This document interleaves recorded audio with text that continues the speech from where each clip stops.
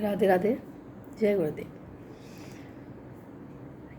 किसी गुरु भाई ने एक बहुत अच्छा प्रश्न किया जो हम सब के लिए है, ग्रस्त जीवन में रहने वालों के लिए है। उन्होंने बहुत सुंदर उसका उत्तर दिया। उन्होंने कहा कि महाराज श्री, धर्म क्या है और इसको कैसे निभाना चाहिए और इसको कौन निभाते हैं। ये 3 प्रश्न हैं। महाराज श्री बोले, धर्म वही है जो सत्य के मार्ग पे चल के किया जाए, भगवान को याद करके किया जाए,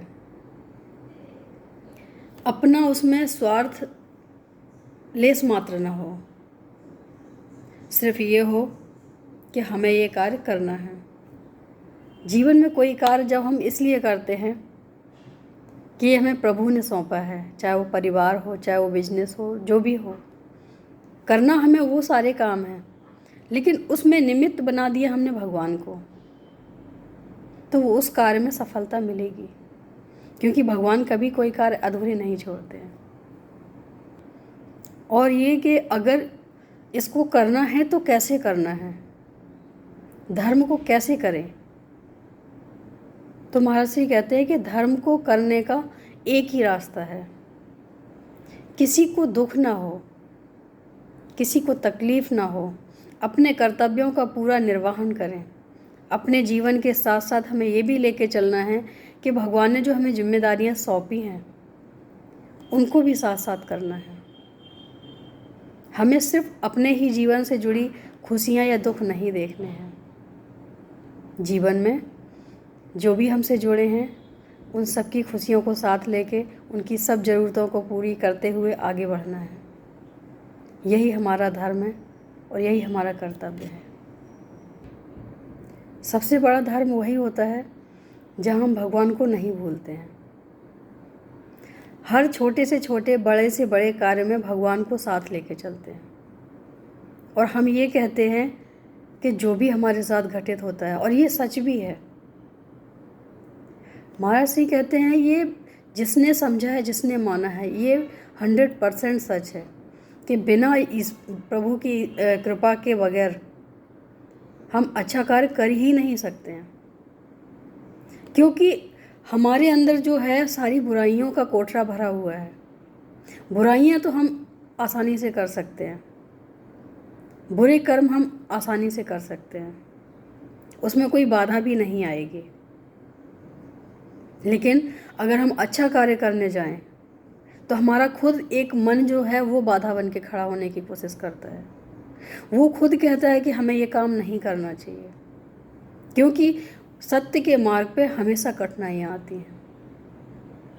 कोई भी चीज़ अगर आप दिल से करना चाहोगे तो उसमें परिस्थितियाँ ऐसी बनेंगी कि आपको लगेगा कि नहीं, ये हमें रास्ता चुन लेना चाहिए। लेकिन अगर हम वहीं पे अडिग रहे, अगर हम उस रास्ते से नहीं हिले, तो एक ना एक दिन हर कठिन परिस्थिति का सामना करते हुए हम अपनी मंजिल पर पहुंचते हैं। तो अगर हम कठिनाइयों से डर गए, और डरता कौन है? जो ये सोचता है कि मैं कर रहा हूँ, जो ये सोचते हैं कि ये मैं कुछ भी नहीं कर रहा हूँ, मैंने तो सिर्फ ये रास्ता इसलिए चुना है कि हमें भगवान ने आगे बढ़ने के लिए प्रेरित किया है। अगर हम ऐसा मानेंगे और ऐसा सोचेंगे तो जीवन में कभी भी कितनी भी परिस्थिति आए विचलित नहीं होंगे, क्योंकि हम इस चीज़ को मानते ही नहीं हैं कि ये हम कर रहे हैं। हम ये सोचते हैं कि जो भी करवा रहा है भगवान करवा रहा है, और भगवान कभी गलत तो नहीं करवाएगा। ये कर्म भी हमारे दाग जैसे कपड़े में लग जाते हैं उस तरीके से हैं। उस दाग को छुड़ाने के लिए जो हमारे जीवन रूपी शरीर में दाग जो लग रहे हैं उनको हटाने के लिए हमें कई प्रयास करने पड़ते हैं, उनको रगड़ना पड़ता है, उन्हें कपड़े को तकलीफ़ देनी पड़ती है। ऐसा हमें इसलिए महसूस नहीं होता क्योंकि हम उस कपड़े की जगह हम अपने आप को रख के नहीं देखते हैं।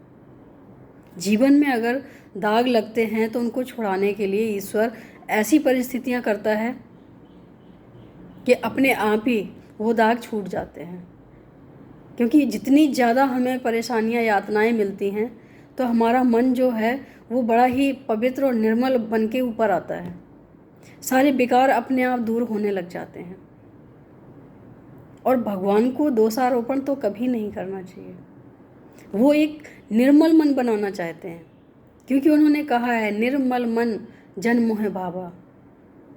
जब वो निर्मल मन को पसंद करते हैं, जो चीज़ हम पसंद करते हैं, हम प्रेस किए हुए कपड़े पसंद करते हैं, तो धुलने के बाद जब तक उसमें प्रेस नहीं होती है हम उसको नहीं यूज़ करते हैं, हम नहीं उनको पहनना पसंद करते हैं।